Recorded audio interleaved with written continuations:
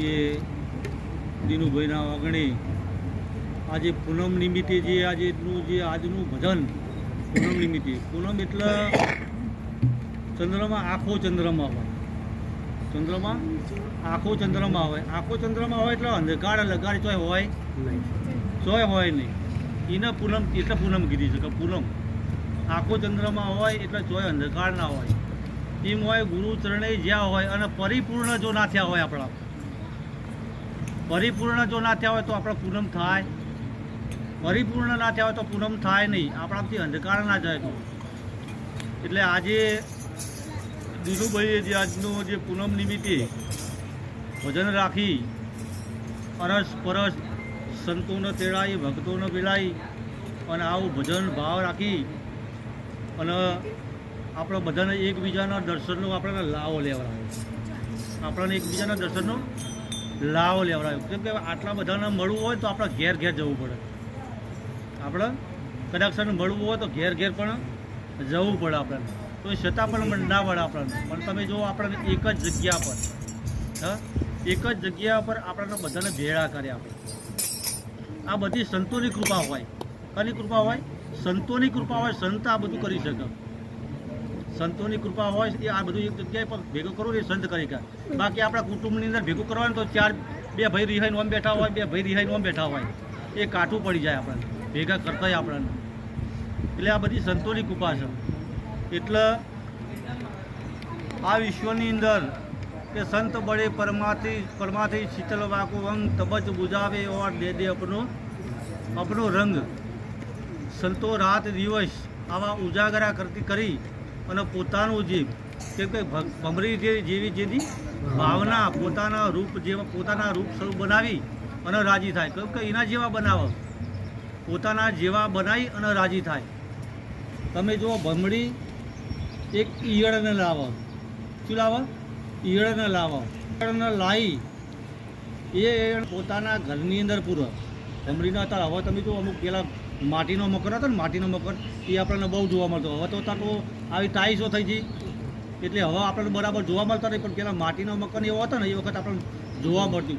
કેમ કે મુભારે હોય, અમુક લાકડાનું હોય, એ મુભારે હોય એટલે એ ઈયળને લાવો ભમરી.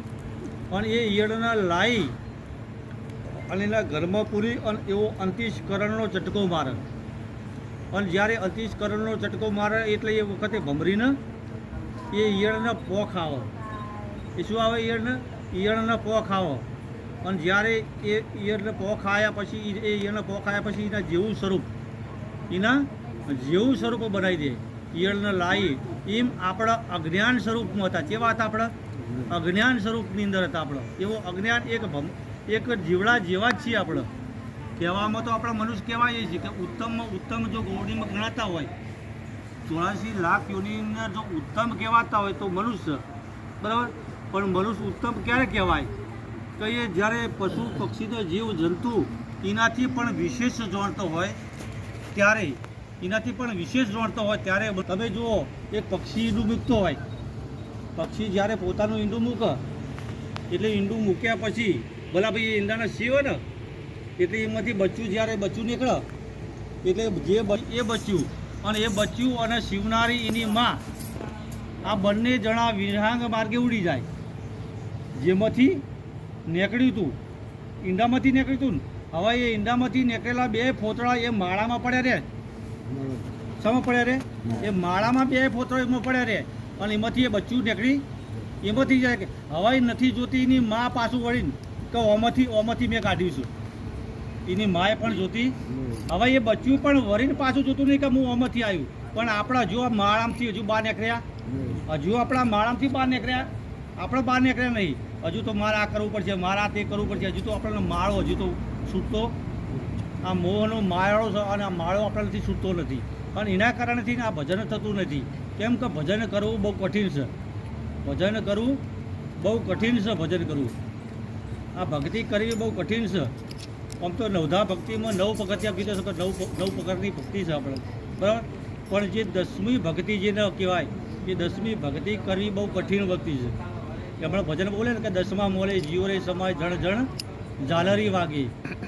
કે જ્યારે 9ધા ભક્તિ કામ જે સેવા છે, પૂજા છે, હા, ચક્રના દોણા નાખો છો. આ એક નવધા ભક્તિની અંદર આવે છે.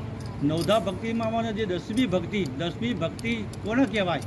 કે 10મી ભક્તિ તમારી સ્વયંની, 10મી ભક્તિ એ તમારી સ્વયંની, તમારા નિજ સ્વરૂપમાં તમે પામી જાઓ. તમે તમારા સ્વરૂપને પામી જાઓ. આજે તમે જો જેસલને પણ તોરાલે કીધું કે પાપ તારો પડકાર ધર્મ તારો અંભાર. શું કીધું છે? કે ધર્મ તું તારો અંભાર. એમ કીધું કે તું રોમનો ધર્મ અંભાળજે, કૃષ્ણનો ધર્મ અંભાળજે. એવું તોરલજી બોલ્યા છે કે રોમનો ધર્મ તો અંભાળ, કૃષ્ણનો ધર્મ અંભાળ, રોમાપીનો ધર્મ અંભાળ. હા, પણ કીધું નહીં, પણ એક જ કીધું કે ફક્ત તું તારો ધર્મ અંભાળ. શું કીધું? કે તારો ધર્મ અંભાળ. કે તમારો ધર્મ શું છે? સ્વયં તમારો ધર્મ શું છે? તમારો ધર્મ સ્વયં કે તમે તમને જાણી લો. તમે ફક્ત તમને જાણી લો, તમને ઓળખો. તમે આ વિશ્વના બધાને ઓળખો. ધારો કે આ હાર છે, અને હાર કહેવાય બીજું કોઈ કહેવાય? બોલો, હાર છે ને. હવે હાર શાના લીધે બન્યો? પણ ફૂલનો દોરો. હા, ફૂલનો દોરો છે ને, બીજું કોઈ છે આમાં. અને એટલે આપણે હાર કહીએ છીએ ને.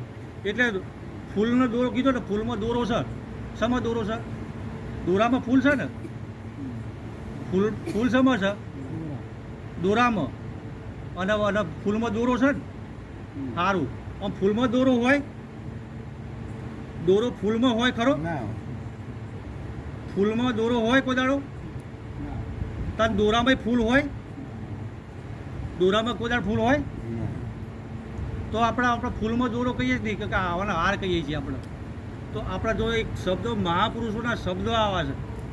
શબ્દો કેવા છે? આપણે શબ્દો આવે છે કે શબ્દ આરે, શબ્દ પારે, શબ્દ કી સબ ઢેરિયા, શબ્દ મેં છે શબ્દ નિકાલે હોય સદગુરુ મળે. હવે તમે જો આ દોરો આપણે થોડી આપણે કે આ દોરાની અંદર ફૂલ પરોયો, દોરામાં ફૂલ હતો ને, એટલો હાર કહેવાતો. આપણા દોરોને જુદું, આ ફૂલને જુદું કરો. હવે આમાં દોરો ખરો? હા, આમાં દોરો છે? આ દોરામાં ફૂલ છે? તો હાર જો હાર કહેતા હતા આપણે, તો હાર જ્યો છો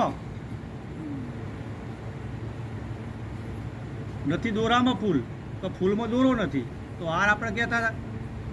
એટલે આવા અટપટા જે સંતોના જે શબ્દો છે મહાપુરુષો, કે કેમ કે આ શબ્દ સમજવા માટેથી એ પ્રેક્ટિકલ, જ્યારે પ્રેક્ટિકલ રીતે જો આ સદગુરુના ચરણની, કેમ કે થેરિકલ તો આ થેરિકલ છે, પણ જ્યારે પ્રેક્ટિકલ સદગુરુ કરાવે આપણને, જ્યારે પ્રેક્ટિકલ થાય ત્યારે જ આ વાતને સમજાય આપણને. તો સુધી આ વાત સમજાવી નથી. કેમ કે ઘેડમાં આપણા ઘર બેહેવી નથી, આપણી ઘેડમાં બેહેવી નહીં. એટલે સમજવું બહુ કાઠું છે. એટલા માટે મહાપુરુષો કહે કે સંતોના ચરણોમાં જતા રહો તમે. શું કહે છે? એટલા માટે તો રામદેવ પીરે કીધું, રામદેવ પીર પણ કીધું કે નિજ્યા ધર્મ લો તમે જાણ્યો. સંતોભાઈ નિજ્યા ધર્મ લો જાણી, નિજના ધર્મને કીધું. શાના ધર્મને કીધું છે? નિજ ધર્મ તારો સંભાળી લ્યો. અને આ નિજને તમે ઓળખો કે આ નિજ કોણ છે? આપણે આ શરીરની અંદર તમે જુઓ, આપણે ધારો કે ભાઈ આ રાકેશભાઈ કહે, બોલો કે રાકેશભાઈ છે, તો રાકેશભાઈ આમ હાથના રાકેશભાઈ કયો છો, નાકના રાકેશભાઈ કયો છો, માથાના રાકેશભાઈ કયો, કોરના રાકેશભાઈ કયો છો, મુખના રાકેશભાઈ કયો છો? આ રાકેશભાઈ કયો કહો છો? પેટના રાકેશભાઈ કયો છો? બહાર ખોરશો તો બહાર પણ રાકેશભાઈ હાથમાં આવે એવા, બહાર પણ હાથે જો અંદર ઉતરી જો તો અંદર તમે જુઓ તો દોત છે. ઘણા છે રાકેશભાઈના દોત છે, તો રાકેશભાઈના દોત છે, તો દોતના રાકેશભાઈ કહેવાય. હા, રાકેશભાઈ દોતના કહેવાય. તો જીભ અંદર છે, તો અંદરની જીભને પણ રાકેશભાઈ કહેવાય. તો આ અંદરની જીભને પણ તમે જો તો તાળું છે, તો તાળવાના પણ કહેવાય. અંદર જુઓ તો ફેફસા આવે, ફેફસાને કહેવાય રાકેશભાઈ. અંદર જોશો તો અંદર પણ તમને પણ હાથમાં આવે એવા. અંદર ખોળશો તો અંદર પણ હાથમાં આવે નહીં, બહાર જોવો તો બહાર હાથમાં આવે એવો પણ એવો નહીં. એટલે ઘણા લોકો એ અંદર બહારમાં ઘણા ભરાઈ રહ્યા છે, કોઈ બહાર ફરી રહ્યા છે. ભગવાનના ખોળા છો તમે જુઓ તો કોઈ આ બાજુ, કોઈ આ દિશાથી, કોઈ આ દિશાએ દોડી રહ્યા છે. બહાર ખોળે છે, બીજું કોઈ છે તો ખોડી રહ્યા છે, બહાર ખોડી રહ્યા છે. કોઈ ઓમ ખોડી રહ્યા છે, કોઈ ઓમ ખોડે, કોઈ દ્વારકા જાય, દ્વારકાવાળા ડાકોરમાં જાય, એમ બહાર ખોડી રહ્યા છે. કોઈ ભીતરની અંદર ખોળવા જાય તો ભીતરની અંદર તમે જુઓ, આ ભીતરમાં ખોજો તો મળમૂત્રના વિષ્ઠા.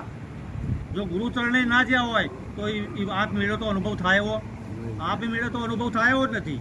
મય જોવા જો તો કોઈ મેળે એવું મહી જોવા તો કોઈ નહીં. માટે સતગુરુ મહારાજના ચરણોમાં જો યુક્તિ સતગુરુ જ્યારે ઉક્તિ કરે ત્યારે જ આ સાચી વાત આપણને